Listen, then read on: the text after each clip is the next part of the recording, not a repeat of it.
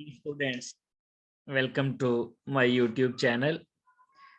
Dear students, math spectrometry में हमने ionisation method start किए हुए थे कि हम सैंपल को किस तरह से आयोनाइज करवा सकते हैं, जिसमें हमने हार्ड आयोनाइजेशन टेक्निक पढ़ी थी, दैट वाज इलेक्ट्रॉन आयोनाइजेशन। फिर केमिकल आयोनाइजेशन हमने पढ़ी, एक टेक्निक जिसमें हम रीजेंट गैसेस यूज किया करते थे, मीथेन, अमोनिया, आइसोब्यूटेन वगैरह। उसके बाद हमने direct analysis in real time भी पढ़ा था, जो कि एक ओपन एयर टेक्निक है फॉर द आयोनाइजेशन। देन हमने डिसॉर्प्शन टेक्निक्स स्टार्ट की थी, जिसमें हमने माल्दी, फैब और फिर डिसॉर्प्शन भी पढ़ी थी। आज हम स्टार्ट करेंगे एवेपोरेशन टेक्निक्स। एवेपोरेटिव टेक्निक्स में पहली टेक्निक है इलेक्ट्रो स्प्रे आयोनाइजेशन।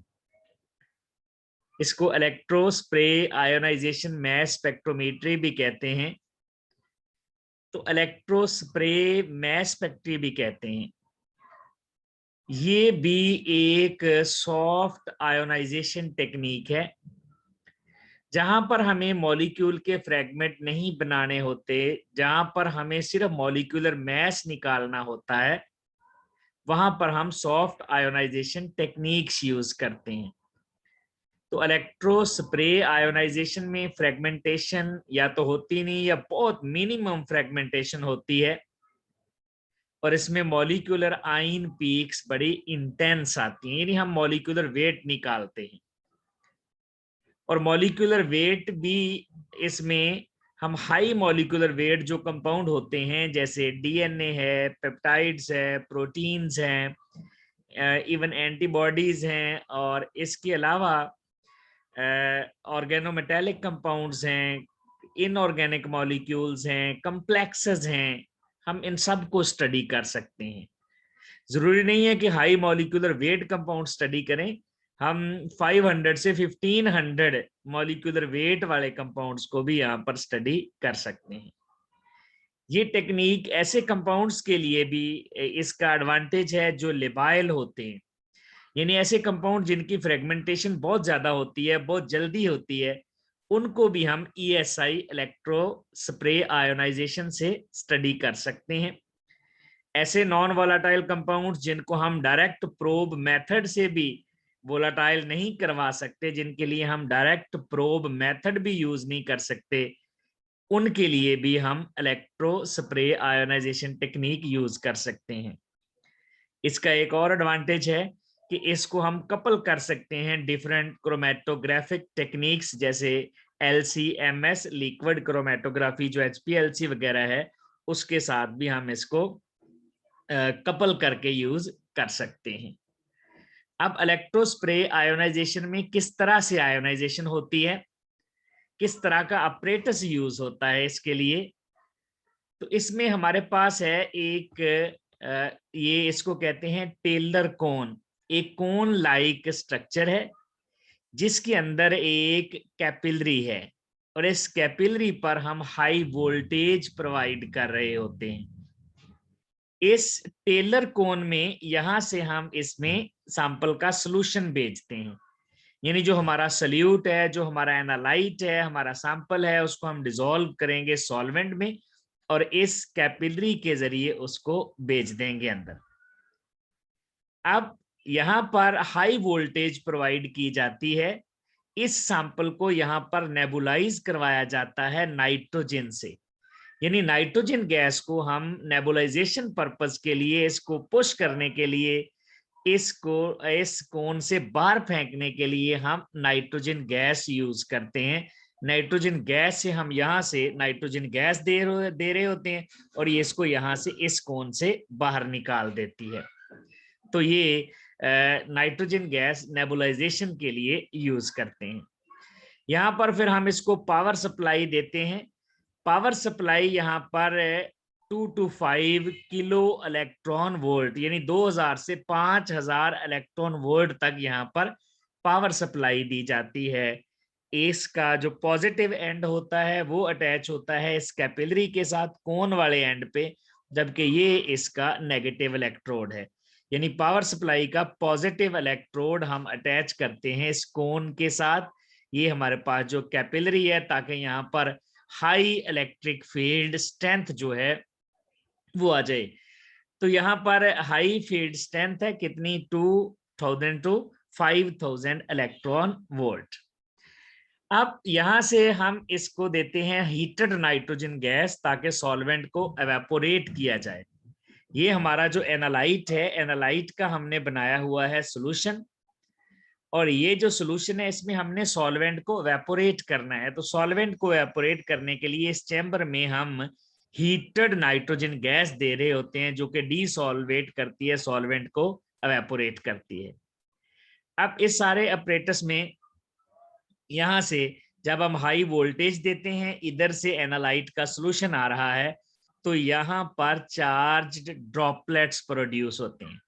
यहाँ पर एरोसोल्स बनते हैं, ड्रॉपलेट्स बनते हैं, और ये नाइट्रोजन जो नेबुलाइज कर रही है इसको यहाँ से ड्रॉपलेट्स की शक्ल में बाहर फेंकती है।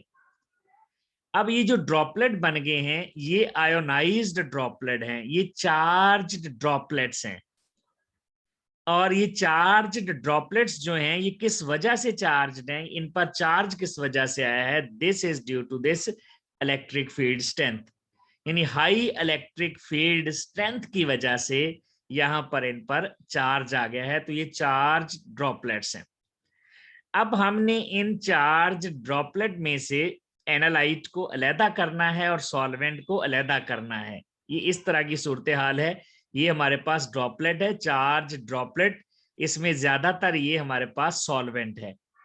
हमने इस सॉल्वेंट को एवेपोरेट करना है। याद रखिएगा ये जो ESI टेक्निक है, इसके में एक और एडवांटेज भी है कि इसमें मल्टीपली चार्ज्ड आयंस भी बनते हैं, जिन पर ज्यादा चार्ज होता है, क्योंकि इसमें हम प्रोटीन्स वगैरह जो हैं, प्रोटीन्स वगैरह उनको डिस्कस करते हैं। और प्रोटीन में जो बेसिक अमाइनो एसिड की साइड चेन्स होती हैं, जो बेसिक अमाइनो एसिड के रेजिड्यू होते हैं, वो जो रेजिड्यूअल चेन्स होती हैं वहां से इसकी प्रोटोनेशन हो जाती है और ये मल्टीपली चार्ज्ड आयंस बन जाते हैं। याद रखिएगा ये जो हमारे पास एनालाइट है हमारा M, ये प्रोटॉन ले सकता है, ये प्रोटॉन लेगा तो यहां पर जो चार्ज आएगा वो +1 आएगा। ये हमारे पास मॉलिक्यूलर आयन बन गया। अब प्रोटीन में ज्यादा साइट्स होती हैं, एक नहीं एक से ज्यादा NH प्रोटॉन ले सकते हैं, और यहाँ पर NH पॉजिटिव चार्ज आ जाता है। यानी यहाँ पर मल्टीपल चार्ज आता है, एक से ज्यादा जगह पर मॉलिक्यूल जो हमारा एनालाइट है उसमें एक से ज्यादा जगह पर हो जाती है प्रोटोनेशन। इसके अलावा यहाँ पर प्रोटॉन निकल भी सकते हैं, यानी ऐसी भी पॉसिबिलिटी है कि हमारा जो एनालाइट है वो ज्यादा एसिडिक हो सॉल्वेंट से, तो वो क्या करेगा, सॉल्वेंट को प्रोटॉन दे देगा। यानी जो ESI है, ये इलेक्ट्रॉन स्प्रे आयोनाइजेशन टेक्निक है, इसमें दोनों मोड हैं, पॉजिटिव मोड भी है और नेगेटिव मोड भी है। तो जिस तरह के आयन बनेंगे वही वाले मोड में हम स्टडी कर लेंगे। हम नेगेटिव आयंस भी स्टडी कर सकते हैं, हम पॉजिटिव आयंस भी स्टडी कर सकते हैं। इसके अलावा इसमें दूसरी आयन जैसे सोडियम आयंस हैं, दूसरी अल्कली मेटल्स हैं, वो भी यहाँ पर इलेक्ट्रोफिलिक एडिशन के जरिए हमारे एनालाइट में ऐड हो सकती हैं और इस तरह से पीक्स आ सकती हैं, डिफरेंट मॉलिक्यूलर आयन पीक्स। तो बहरहाल चूंकि इसमें साइट्स बहुत ज्यादा होती हैं, जैसे प्रोटीन है तो उसमें बेसिक अमाइनो एसिड की साइड चेन्स हैं, तो ज्यादा जगह पर प्रोटोनेशन के चांस हैं, जिसकी वजह से यहाँ पर जो हमारे पास ड्रॉपलेट है, वो जो एनालाइट है वो मल्टीपली चार्ज्ड हो सकता है। अब इसके बाद यहाँ से ये जो नाइट्रोजन गैस है ये हीटेड है, ये चैम्बर पूरा हीटेड है, और ये हीटेड नाइट्रोजन गैस जब यहाँ आती है तो सॉल्वेंट को एवेपोरेट करती है, तो सॉल्वेंट पहले से कम हो जाता है। अब होता क्या है, जब सॉल्वेंट ड्रॉपलेट का साइज छोटा होता है तो यहाँ पर चार्ज इतना कंसंट्रेट हो जाता है कि यहाँ पर जो कूलम रिपल्शंस हैं वो बढ़ जाती हैं। कूलम रिपल्शन जो है वो यहाँ पर ज्यादा हो जाएगी, और कूलम रिपल्शन के नतीजे में फिर ये जो बबल है ये टूट जाएगा, ब्रेक हो जाएगा, बस्ट हो जाएगा और कूलम फिशन के जरिए इसका साइज छोटा हो जाएगा। एक्चुअली होता क्या है, ये जो ड्रॉपलेट है, ये ड्रॉपलेट स्फेरिकल है, this is due to the surface tension. जब यहाँ पर कूलम रिपल्शन इतनी ज्यादा हो जाती हैं, तो कूलम रिपल्शन के ज्यादा होने की वजह से जो कूलम रिपल्शन है वो सरफेस टेंशन से बढ़ जाती है। एक लिमिट आ जाती है, एक खास लिमिट, उस लिमिट को कहते हैं रेले लिमिट। जब ये लिमिट आ जाती है तो उसके बाद जो बबल होता है वो बस्ट कर जाता है, बबल जो होता है वो ब्रेक कर जाता है, फिशन हो जाती है उसकी, उसको हम कहते हैं कूलम फिशन, क्योंकि कूलम जो रिपल्शंस हैं वो बढ़ जाती हैं सरफेस टेंशन से जब ये लिमिट अचीव हो जाती है। तो अब क्या होगा, ये बबल जो है ये फर्दर फिर छोटा होता जाएगा, बार बार फिशन होती जाएगी, फिशन साइकिल चलते रहेंगे और ये इतना स्मॉल हो जाएगा कि उसके बाद हमारा एनालाइट अलहदा हो जाएगा और ये जो है वाटर सारा जो सॉल्वेंट है, जो भी है वाटर या मेथनॉल साथ मिक्स किया हुआ है उसको वोलेटाइल बनाने के लिए, तो ये सारा एवेपोरेट कर जाता है। ये जो हमारे पास एनालाइट है, हमारा जो मॉलिक्यूलर आयन पीक है, जो प्रोटोनेटेड एनालाइट है, ये नेक्स्ट चले जाता है मैस स्पेक्ट्रोमीटर में यहाँ से, और फिर वहां से आगे एक्सेलरेशन और सारा प्रोसेस चलता रहता है। ये है ESI का बेसिक प्रिंसिपल कि इसमें हम इलेक्ट्रिक फील्ड यूज करते हैं, ESI इलेक्ट्रो स्प्रे, और फिर ड्रॉपलेट्स का यहाँ पर स्प्रे करवाया जाता है और ये ड्रॉपलेट हाई इलेक्ट्रिक फील्ड की वजह से आयोनाइज्ड होते हैं, चार्ज्ड ड्रॉपलेट्स होते हैं। अब यहाँ पर ये जो ड्रॉपलेट का साइज स्मॉल हो रहा है, ये जो आयोनाइजेशन है, इस आयंस की सेपरेशन है, एनालाइट जो सॉल्वेंट से अलहदा हो रहा है, इसके लिए दो डिफरेंट तरह के मॉडल्स हैं। एक मॉडल है ion evaporation model. Ion evaporation model में क्या होता है कि जब जो ड्रॉपलेट है, ड्रॉपलेट एक खास रेडियस तक पहुंचता है, यानी ये बड़े वाला ड्रॉपलेट है, फिर स्मॉल हो जाएगा अंटिल एक सर्टेन रेडियस आ जाता है। जब वो रेडियस आता है तो फील्ड इतना ज्यादा यहाँ पर जो है ऑब्जर्व होता है कि वो जो फील्ड है वो इसको डिसॉर्ब कर देता है, हमारा जो एनालाइट है उसको सेपरेट कर देता है। यानी यहाँ पर देखें, ये एनालाइट है रेड कलर में और ये चार्ज्ड है, ये सारा सॉल्वेंट है। जब इसका रेडियस एक सर्टेन लेवल तक आता है, तो सर्टेन लेवल तक आने के बाद हाई फील्ड जो होता है, इलेक्ट्रिक फील्ड चूंकि हम ज्यादा दे रहे होते हैं 2 to 5 किलो इलेक्ट्रॉन वोल्ट, तो ये इलेक्ट्रिक फील्ड उसको डिसॉर्ब कर देता है, जिसको फील्ड डिसॉर्प्शन भी कहते हैं, और इस तरह हमारा एनालाइट जो है वो सॉल्वेंट से अलहदा हो जाता है।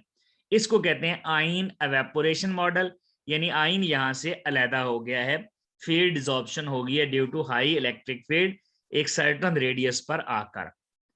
दूसरा जो मेथड है वो है charge residue model. Charge residue model में वही जो मैंने पहले बताया, कूलम रिपल्शंस होती हैं, यानी जब सॉल्वेंट एवेपोरेट होता है, मल्टीपली चार्ज जो हमारे पास जो मल्टीपली चार्ज ड्रॉपलेट है, वो ड्रॉपलेट पर चार्ज इतना कंसंट्रेट होता है कि कूलम्स रिपल्शंस होती हैं, और वो कूलम रिपल्शन जो होती है वो सरफेस टेंशन से ज्यादा हो जाती है। जब वो सरफेस टेंशन से ज्यादा होगी, देखें यहाँ पर साइज बड़ा है ड्रॉपलेट का, सॉल्वेंट एवेपोरेट हुआ, ड्रॉपलेट का साइज छोटा हुआ। अब ड्रॉपलेट का साइज इतना छोटा हो गया कि हमारा जो सल्यूट है वो यहाँ से सेपरेट हो जाएगा सॉल्वेंट से, और सॉल्वेंट सारा एवेपोरेट कर जाएगा। अब यहाँ पर चूंकि चार्ज बहुत ज्यादा होता है, ये मल्टीपली चार्ज ड्रॉपलेट होता है, तो इसमें जब ये साइज छोटा होता है, तो साइज छोटा होने की वजह से यहाँ पर जो हमारे पास कूलम रिपल्शन है, कूलम रिपल्शन है, ये रिपल्शन बढ़ जाती है सरफेस टेंशन से। जब ये सरफेस टेंशन से ज्यादा होती है, तो ये जो ज्यादा हो गई सरफेस टेंशन से, तो ये जो बबल है ये बस्ट कर जाएगा, इसमें फिशन हो जाएगी, इसका साइज स्मॉल हो जाएगा सरफेस टेंशन से जब कूलम रिपल्शन बढ़ जाएगी। तो यहाँ पर इस चार्ज रेजिड्यू मॉडल में सॉल्वेंट वेपोरेट होता रहता है और हमारा एनालाइट रह जाता है, चार्ज स्पीशी यहाँ पर रह जाती है क्योंकि कूलम रिपल्शन सरफेस टेंशन से ज्यादा हो जाती है।